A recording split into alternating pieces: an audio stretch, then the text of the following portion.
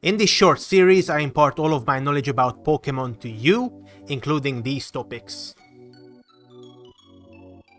In this episode, we will talk about how you cannot complete gyms in any order and how gym design is actually much lazier in Scarlet and Violet than what it was in Sword and Shield. We will also talk about how Pokemon is a game where you need a wiki to be able to play and absolutely nothing is explained in the game. Don't forget to give this video a rating and subscribe if you hate Wonder Trade animations, or rather how long they are and that you cannot skip them.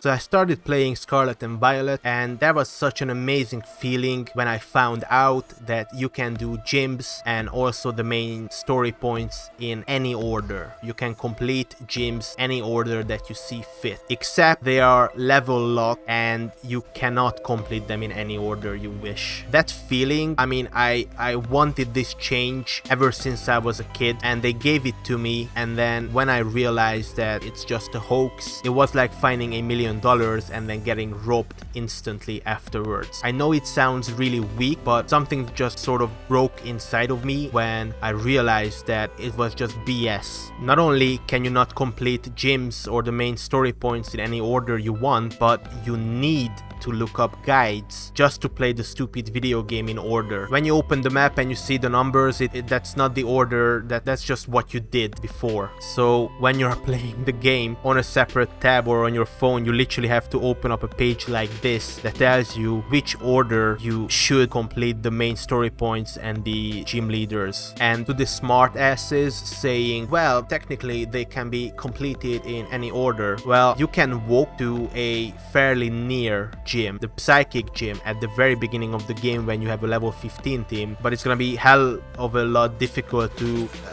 beat that gym because they're level 45. And after that you can go to do the bug gym at like level 25.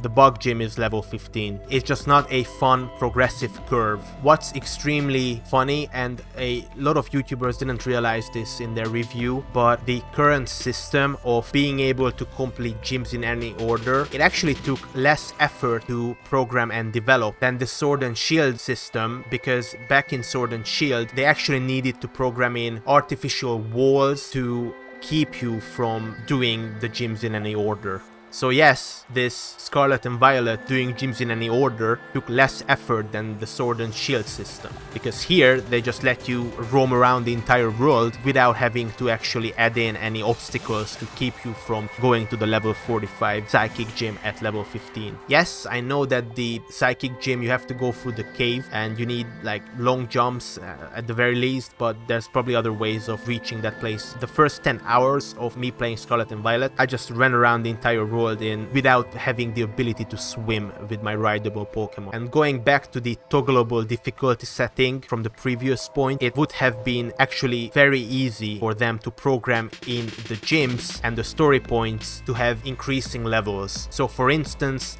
every time you complete a gym or a story point like the Star Team or the Path of Titans, the next story point or gym has Pokemon whose level has increased by 3. So each consecutive story point or gym, the enemy's level increases by 3 levels or something. Maybe to have it more authentic, the Pokemon can learn better moves automatically after leveling, depending on what level they are, and evolve if it's appropriate. But we've also seen previous Pokemon games having, I don't know, Dragonite that are lower level than what the evolution is at, so it doesn't really matter. I bet you are all wondering about the terrestrialization gimmick, and I have a whole section on that at the very end of the series or near the end of the series, because unfortunately everybody has the opinion that the terrestrialization is actually a really cool mechanic, and it is in concept for maybe PvP or versus mode type gameplay. However, the more I dug, the more research I did, the more I thought about it. It's actually not a great system for the gameplay, and it's kind of interesting. I know a lot of you don't agree yet, but we will talk about terrestrialization and why it's bad later. I wanted to briefly touch up on wonder trading, because whenever I start playing the game and I want to help other people complete their Pokédexes or whatever, I do a bunch of wonder trading. Normally I wonder trade Pokemon that are, I don't know, expansion exclusive, cool dragons, Pokemon in cool Pokeballs, Pokemon with egg moves, and more recently level 75 Pokemon that I catch in Tera Raids. In fact, one of my most used Pokemon that I used to complete my Pokédex, it was a Gallade, because Gallade has both false swipe to not kill a Pokemon to capture it, and also hypnosis to make it sleep so it's easier to capture it again. And I got that from some random guy on Wonder Trade, and he simply just defeated a Gallade in a Tera Raid because that Gallade had fairy Terra typing, and it was kind of cool how just a random Pokemon he just didn't want, he traded it. I actually found it so useful for my entire game. I still use it this day from time to time, and I want to do good in wonder trading. However, I cannot justify the time to wonder trade. Don't get me wrong, it's extremely fast to find another trader. However, every time you wonder trade, you need to watch the entire animation again and again. And the main issue with this, and also not a lot of other stuff very similarly in this game, is whilst you are watching the wonder trade animation, you just cannot play the video game. You cannot throw a picnic, you cannot walk around, you cannot fight. You have to watch the wonder trade animation, which takes 5 times as much time than actually finding a wonder trade partner. So whenever I wonder trade a box or 2 boxes of Pokemon, it's just a commitment. I have to take, I don't know, half an hour from my personal time and then do the wonder trade and watch the stupid ass animations every single time, and it's so annoying. Every single video game that I played in the past couple of years had all sorts of animation and even cinematic skips. However, in Pokemon, there's basically nothing you can skip, and we will talk more about this later.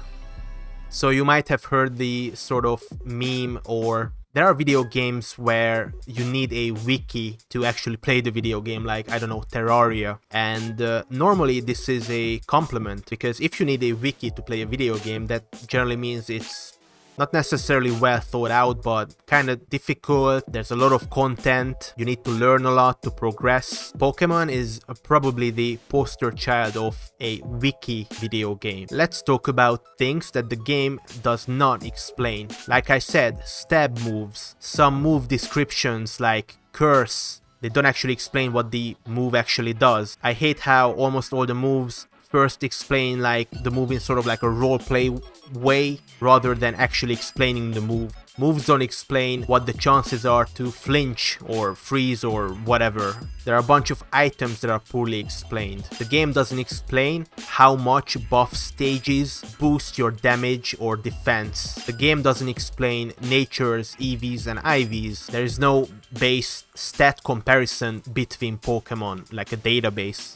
It's really annoying that the game doesn't show me the learnable moves that my Pokemon could have in just one concise list, even the ones that I haven't learned yet because my Pokemon is low level or I have to teach it to him. I always have to look up Pokemon DB for that. One of the most annoying ones is the game doesn't explain how to evolve certain Pokemon. So every time I play a new Pokemon game, I really don't want to get spoiled with the new Pokemon and their evolutions, but I remember back when I played Emerald, this is just my opinion, but I really don't like Pokemon that don't evolve, because to me, the game is about catching Pokemon that are sort of weak and then befriending them and using them in battle, and then they evolve, they get cool moves, and it's a really cool video game. And in Emerald, I had a full team. I had my starter, okay, but I had Absol that doesn't evolve, I had Skarmory that didn't evolve, Tropius, and like 2 other Pokemon that just randomly didn't evolve. So ever since that, when I play a new Pokemon game, I just need to look up how certain Pokemon evolve, but I have to be really peculiar about not spoiling myself, and it's extremely difficult. There are some Pokemon that evolve like the squid octopus kind of thing, where you have to turn your Switch upside down and then level it up at midnight under an arch, and it's like in the Pokédex there should be, we'll talk about this more later, but there should be like a grayed out, like the Tera Raid blackout icon of each Pokemon that can level, and then maybe a hint about how it levels, like it uses, even just something like it uses an evolution stone or something, or it levels between 50 and 60 or whatever. Just tell me the level. The game doesn't also explain breeding properly. That's something you have to look up. The game doesn't explain Tera Raids properly, including what cheers do, which moves are unusable, and some moves are they do work, but they don't work properly, and that's the most annoying one because it's impossible to test, but we will talk about this in the Tera Raids section. The game doesn't also explain sandwich buffs. Some are extremely confusing, like I didn't know for a long time, and I was really angry when I found out that raid power, it doesn't actually increase your Pokemon's raid damage. Raid power actually increases the amount of loot that you get after Tera Raids. So I know some of you are shouting at your screen that there are classes and they explain all of these, but what classes actually explain in not a great way, but anyways, classes in Scarlet and Violet explain that you need to walk to hatch eggs, that giving berries to Pokemon doesn't actually make them easier to catch like in Pokemon Go. You cannot even give berries to wild Pokemon in this game. Classes explain base shiny chances, which is kind of interesting. Classes explain super effective and not effective damage.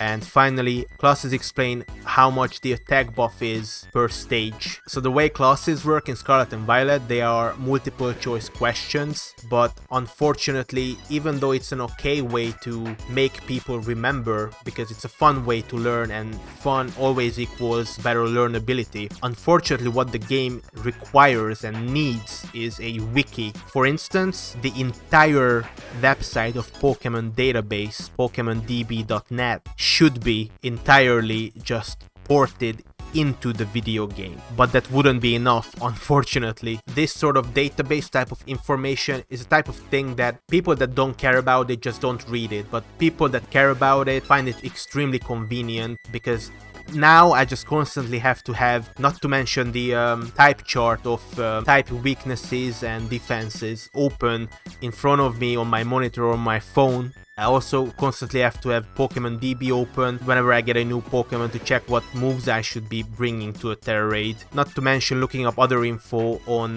really sketchy websites and internet articles that jump on the Pokemon bandwagon each time a new expansion releases or there's some news, and they get a bunch of stuff just completely wrong. So the game should provide much more information in-game.